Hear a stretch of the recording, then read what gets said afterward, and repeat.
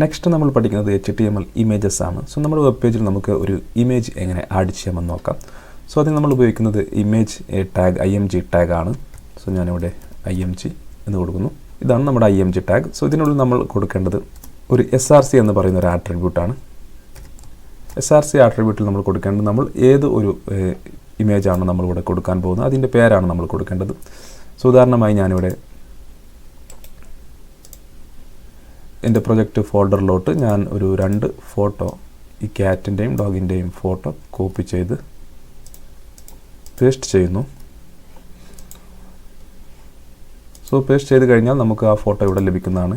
Cat അതുപോലെ dog 2 photo ഇവിടെ ലഭിക്കുന്നതാണ്. സോ നമ്മളിനി കൊടുക്കേണ്ടത് എനിക്കിവിടെ ഇപ്പോൾ ക്യാറ്റിൻ്റെ ഫോട്ടോയാണ് വേണ്ടത് വെക്കുക. സോ ഞാനിവിടെ cat.jpg എന്ന് കൊടുക്കുന്നു. ശേഷം സേവ് ചെയ്ത് കഴിഞ്ഞാൽ എനിക്കിവിടെ ക്യാറ്റിൻ്റെ ഫോട്ടോ ലഭിക്കുന്നു. പക്ഷേ ഇത് ഒരു അതിൻ്റെ സൈസ് എത്രയാണ് ആ വലിയ സൈസിലാണ് നമ്മുടെ വെബ് പേജിൽ ഇത് നമുക്ക് ലഭിച്ചത്. സോ നമുക്ക് സൈസ് അഡ്ജസ്റ്റ് ചെയ്യണമെങ്കിൽ നമ്മളൊരു സ്പേസ് കൊടുത്ത ശേഷം വിഡ്ത്ത് നമ്മളൊരു 200 കൊടുക്കുന്നു. അതുപോലെ ഹൈറ്റ് നമ്മളൊരു 200 കൊടുക്കുന്നു. ശേഷം സേവ് ചെയ്ത് കഴിഞ്ഞാൽ നമ്മുടെ ഫോട്ടോ 200 നമുക്കിവിടെ ലഭിക്കുന്നതായിരിക്കും. അതുപോലെ നമുക്ക് മറ്റൊരു ഫോട്ടോ കൂടി ആഡ് ചെയ്യാം. ഇമേജ് SRC dog.jpg നമ്മളിതുപോലെ വിഡ്ത്ത് നമ്മൾ നേരത്തെ കൊടുത്ത പോലെ 200 അതുപോലെ ഹൈറ്റ് 200.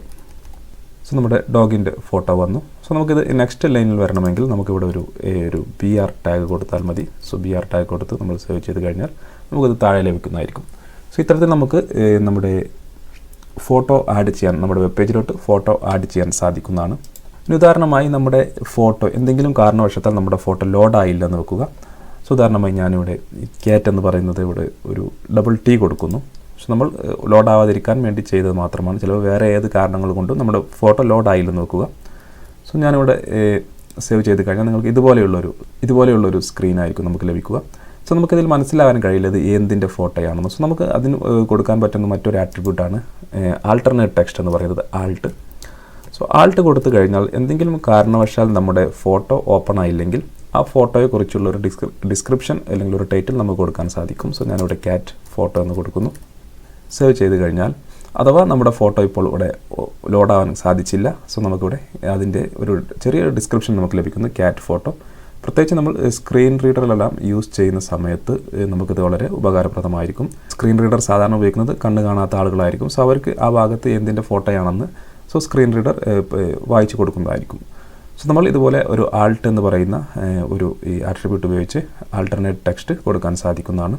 സോ ഞാൻ വീണ്ടും ക്യാറ്റിൻ്റെ കറക്റ്റ് സ്പെല്ലിംഗ് കൊടുക്കുന്നു. അതുപോലെ നമുക്ക് സ്ക്രീനിനനുസരിച്ചും നമ്മുടെ വിഡ്ത്തും ഹൈറ്റും നമുക്ക് സെറ്റ് ചെയ്യാം. സോ ഉദാഹരണമായി ഞാനിവിടെ 100% വിഡ്ത്ത് 100% എന്ന് കൊടുത്തു കഴിഞ്ഞാൽ ഡോഗിൻ്റെ ആണ് നമ്മൾ കൊടുത്തത്. സോ നമ്മുടെ വെബ് പേജിനനുസരിച്ച് അത് അഡ്ജസ്റ്റ് ചെയ്യുന്നതായിരിക്കും. അതുപോലെ നമ്മൾ ഹൈറ്റും ഒരു 50% കൊടുത്തു കഴിഞ്ഞാൽ നിങ്ങൾക്കിവിടെ കാണാം അതിനനുസരിച്ച് അത് അഡ്ജസ്റ്റ് ചെയ്യുന്നതായിരിക്കും.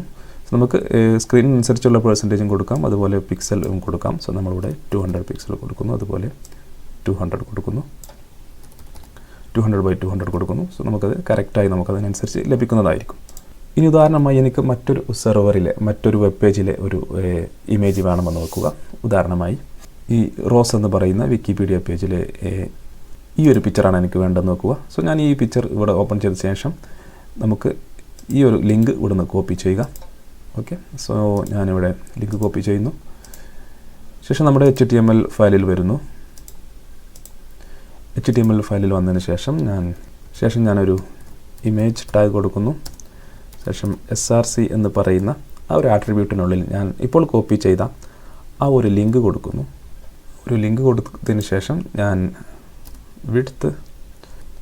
വിഡ്ത്ത് ഞാൻ ഇതുപോലെ 200 കൊടുക്കുന്നു, അതുപോലെ ഹൈറ്റ് 200 കൊടുക്കുന്നു, അതുപോലെ ആൾട്ടർനേറ്റ് ടെക്സ്റ്റ് റോസ് ഫോട്ടോ എന്ന് കൊടുക്കുന്നു.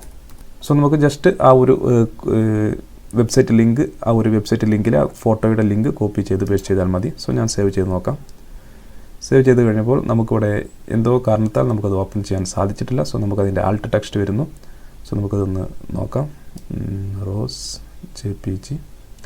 സോ ലിങ്കിൽ നമ്മൾ കോപ്പി ചെയ്ത ലിങ്കിൽ ചെറിയൊരു പ്രശ്നമുണ്ട്. സോ ഇതാണ് യഥാർത്ഥ ലിങ്ക്. സോ ഞാൻ ഇവിടുന്ന് കോപ്പി ചെയ്യുന്നു.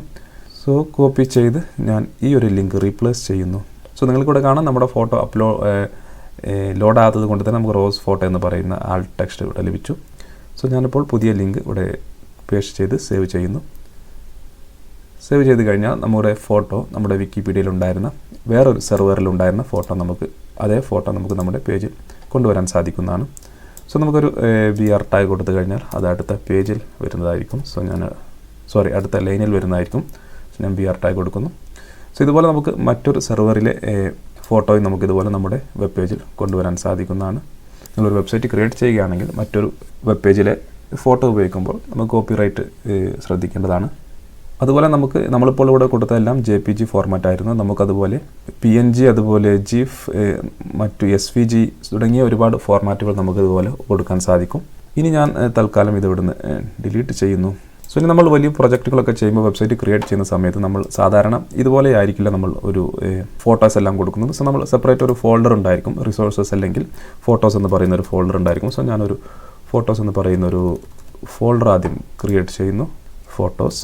സോ അതിനുള്ളിൽ ഞാൻ ഈ 2 പിക്ചേഴ്സ് കട്ട് ചെയ്ത ശേഷം അതിനുള്ളിൽ പേസ്റ്റ് ചെയ്യുന്നു. സോ സാധാരണ നമ്മൾ പ്രൊഫഷണലായി ചെയ്യുമ്പോൾ നമ്മൾ റിസോഴ്സസ് അതുപോലെ തന്നെ ഫോട്ടോസ് എന്ന് പറയുന്ന ഒരു ഫോൾഡറിലായിരിക്കും നമ്മുടെ ഫോട്ടോസും കാര്യങ്ങളെല്ലാം കൊടുക്കും. ഇനി നമ്മൾ ഈ ഫോൾഡറിലെ ഫോട്ടോസ് നമുക്ക് എങ്ങനെ ഇവിടെ ഉപയോഗിക്കാമെന്ന് നോക്കാം.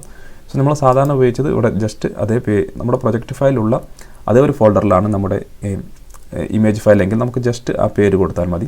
ഇപ്പോൾ നമ്മൾ പ്രൊജക്റ്റ് ഫയലിനുള്ളിൽ ഫോട്ടോസ് എന്ന് പറയുന്ന ഒരു ഫോൾഡറിലാണ് അതുള്ളത്. സോ അതിന് നിങ്ങൾ ചെയ്യേണ്ടത് ഇതുപോലെ ഒരു // കൊടുക്കുക. // കൊടുത്തു കഴിഞ്ഞാൽ നമ്മുടെ ഈ ഫോൾഡേഴ്സ് നിങ്ങൾ ഇവിടെ കാണാൻ കഴിയും. ഫോൾഡേഴ്സും ഫയൽസ് എല്ലാം ഇവിടെ കാണാൻ കഴിയും. സോ നമ്മുടെ ഫോട്ടോസ് എന്ന് പറയുന്ന ഫോൾഡറിൽ കാറ്റ് എന്ന് പറയുന്ന പിക്ചർ നമുക്കിവിടെ കാണാൻ കഴിയും. സോ ഇതുപോലെ നമ്മുടെ പ്രൊജക്റ്റ് ഫോൾഡറിനുള്ളിൽ മറ്റൊരു ഫോൾഡറിനുള്ളിലാണ് നമ്മുടെ ഫയലെങ്കിൽ ഇതുപോലെ നമുക്ക് കൊടുക്കാം. ശേഷം സേവ് ചെയ്ത് കഴിഞ്ഞാൽ നമ്മുടെ റിസൾട്ട് അവിടെ ലഭിക്കുന്നതായിരിക്കും. നെക്സ്റ്റ് നമുക്ക് നമ്മുടെ വെബ് പേജിന് ഒരു ബാക്ക്ഗ്രൗണ്ട് ഇമേജ് എങ്ങനെ കൊടുക്കാമെന്ന് നോക്കാം. സോ നമ്മൾ ഈ ബോഡി എന്ന് പറയുന്ന ഈ ഒരു ടാഗിനാണ് കൊടുക്കുന്നത്. ബോഡി എന്ന് ഉദ്ദേശിക്കുന്നത് നമ്മുടെ വെബ് പേജിൻ്റെ ഈ കാണുന്ന എല്ലാ ഭാഗമാണ്, നമ്മൾ കാണുന്ന ഭാഗമാണ് ബോഡി. സോ അതിന് ഒരു ബാക്ക്ഗ്രൗണ്ട് ഇമേജ് നമുക്ക് എങ്ങനെ കൊടുക്കാൻ നോക്കാം. സോ നമ്മുടെ വെബ് പേജിൻ്റെ ഒരു ബാക്ക്ഗ്രൗണ്ട് ഇമേജ് നമുക്ക് എങ്ങനെ കൊടുക്കാമെന്ന് നോക്കാം. സോ ഞാനിവിടെ സ്റ്റൈലിൽ വന്നതിന് ശേഷം ബോഡി എലമെൻറ്റ് സെലക്ട് ചെയ്യുന്നു.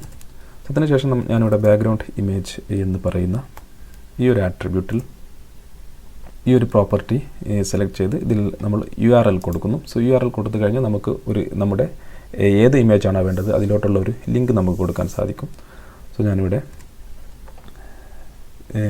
നമ്മുടെ ഫോട്ടോസ് എന്ന് പറയുന്ന / ഒരു സിംഗിൾ കോട്ടണിൽ കൊടുത്ത ശേഷം ഫോട്ടോസ് എന്ന് പറയുന്ന ഇതിലെ ഡോഗ് എന്ന് പറയുന്ന ഈ ഒരു ഫോട്ടോയാണ് കൊടുക്കുന്നത്. ശേഷം നമുക്ക് സേവ് ചെയ്ത് നോക്കാം. സേവ് ചെയ്ത് കഴിഞ്ഞാൽ നമ്മുടെ ഡോഗിൻ്റെ ഫോട്ടോ നമ്മുടെ വെബ് പേജിൻ്റെ ബാക്ക്ഗ്രൗണ്ടായി വന്നതായി കാണാൻ കഴിയും. സോ നിങ്ങൾക്കിവിടെ കാണാം ഡോഗ് ഫോട്ടോ കഴിഞ്ഞത് റിപ്പീറ്റ് ആയിട്ടുണ്ടായിരിക്കും. സോ നമ്മൾ അതിൻ്റെ സൈസ് ഉദാഹരണമായി സൈസ് മാറ്റി കൊടുക്കാം. സോ ബാക്ക്ഗ്രൗണ്ട് സൈസ് ഞാനൊരു 50% അതുപോലെ 50% കൊടുത്തു കഴിഞ്ഞാൽ നിങ്ങൾക്കിവിടെ കാണാം നമ്മുടെ ചെറിയ ഫോട്ടോ കൊടുത്തപ്പോൾ നമ്മുടെ ഫോട്ടോ ഇതുപോലെ റിപ്പീറ്റായി വന്നു. സോ ഇത് നമുക്ക് ഒഴിവാക്കുന്നതിന് നമ്മൾ വലിയ ഫോട്ടോ കൊടുത്തപ്പോഴും അതിന് ശേഷം അത് റിപ്പീറ്റ് ആയിട്ടുണ്ട് നിങ്ങൾക്കിവിടെ കാണാൻ കഴിയും. നമ്മുടെ ഈ ഫോട്ടോ കഴിഞ്ഞു, പിന്നെ ഇവിടെ നിന്ന് പുതിയ ഫോട്ടോയാണ് സ്റ്റാർട്ട് ചെയ്യുന്നത്. സോ ഇത് നമുക്ക് ഒഴിവാക്കുന്നതിന് വേണ്ടി ബാക്ക്ഗ്രൗണ്ട് റിപ്പീറ്റ് എന്ന് പറയുന്ന ഈ ഒരു പ്രോപ്പർട്ടിയിൽ നമ്മൾ നോ റിപ്പീറ്റ് കൊടുക്കുക. നോ റിപ്പീറ്റ് കൊടുത്ത് സേവ് ചെയ്ത് കഴിഞ്ഞാൽ സോ നിങ്ങൾക്ക് ഈ ഫോട്ടോ കാണാം. സോ ഇവിടുന്ന് പിന്നെ റിപ്പീറ്റ് ആവുന്നതല്ല. സോ അതിനുശേഷം നമുക്കിത് സ്ട്രെച്ച് ചെയ്ത് വെക്കുന്നതിന് വേണ്ടി നമ്മുടെ ഈ ഒരു ഫോട്ടോ ഫുൾ നമ്മുടെ ഈ ഒരു മുഴുവൻ ഭാഗത്തും വേണം. സോ അതിന് നമ്മൾ ചെയ്യേണ്ടത് ബാക്ക്ഗ്രൗണ്ട് സൈസ് 100% കൊടുക്കുക. 100% അതുപോലെ 100% ഹൈറ്റ്. ശേഷം സേവ് ചെയ്ത് കഴിഞ്ഞാൽ നമുക്കിതുപോലെ ലഭിക്കുന്നതായിരിക്കും. ഇനി നമുക്ക് താഴോട്ട് കൂടി സ്ട്രെച്ച് ചെയ്യണം. സോ അതിന് വേണ്ടി നമ്മൾ ചെയ്യേണ്ടത് ബാക്ക്ഗ്രൗണ്ട് അറ്റാച്ച്മെൻറ്റ് എന്ന് പറയുന്ന ഇത് നമ്മൾ ഫിക്സഡ് കൊടുക്കുക. അതിൻ്റെ വാല്യൂ ഫിക്സഡ് കൊടുക്കുക. ശേഷം സേവ് ചെയ്ത് കഴിഞ്ഞാൽ നമ്മുടെ ഒരു വെബ് പേജിന് അനുസരിച്ചിട്ടുള്ള ഒരു സൈസിൽ നമുക്ക് നമ്മുടെ ബാക്ക്ഗ്രൗണ്ട് ഇമേജ് ലഭിക്കുന്നതായിരിക്കും. സോ ഇത്തരത്തിൽ നമുക്ക് നമ്മുടെ ഒരു വെബ് പേജിന് ബാക്ക്ഗ്രൗണ്ട് ഇമേജ് നൽകാൻ സാധിക്കുന്നതായിരിക്കും. സോ നമ്മളിതിൽ CSS ആണ് ഉപയോഗിച്ചത്. CSSലെ 4 പ്രോപ്പർട്ടി ഉപയോഗിച്ച് നമുക്ക് സെറ്റ് ചെയ്തു. ഒരുപാട് പ്രോപ്പർട്ടീസ് ഉണ്ട്. സോ അത് നമുക്ക് CSS പഠിക്കുന്ന സമയത്ത് വളരെ വിശദമായി പഠിക്കാവുന്നതാണ്.